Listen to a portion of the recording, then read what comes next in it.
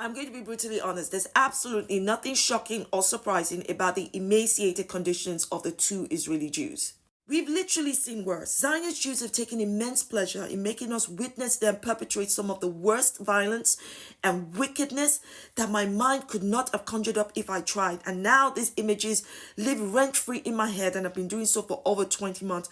We see Jews killing Palestinian children, shooting them in the head, in the heart, and blowing their heads off. We see Jews burning Palestinians alive. We see Jews torturing Palestinians, wiping off generations of Palestinians, destroying over 70% of Gaza with bombs. And by bombing Gaza, they have bombed to death Israeli hostages as well. They don't seem to care. We've seen Jews starving Palestinians, weaponizing starvation as a weapon to kill and ethnically cleanse Palestinians. And by doing so, they're starving the Israeli hostages in Gaza as well. So, yeah, I see these two Israeli Jews, and I'm not surprised by their condition.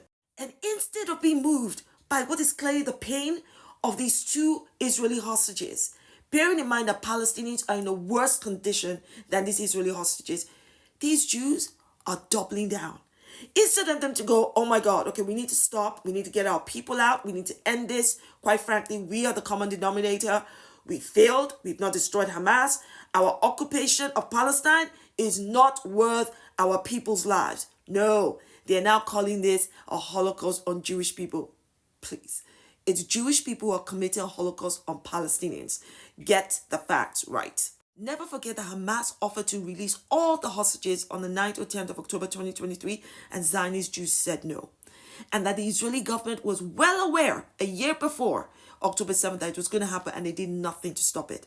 I'm telling you, these people are evil. The suffering of these Israeli hostages is by their own people. Riddle me this. How is it that when the Gaza Health Ministry releases the numbers of Palestinians killed by Israel, and we see the live stream images of Palestinians suffering, dead, tortured, all of these are labeled by Zionist Jews as Hamas propaganda, hoax, you're a useful idiot. But the same Hamas releases these images and footage of the Israeli hostages, and this is fact?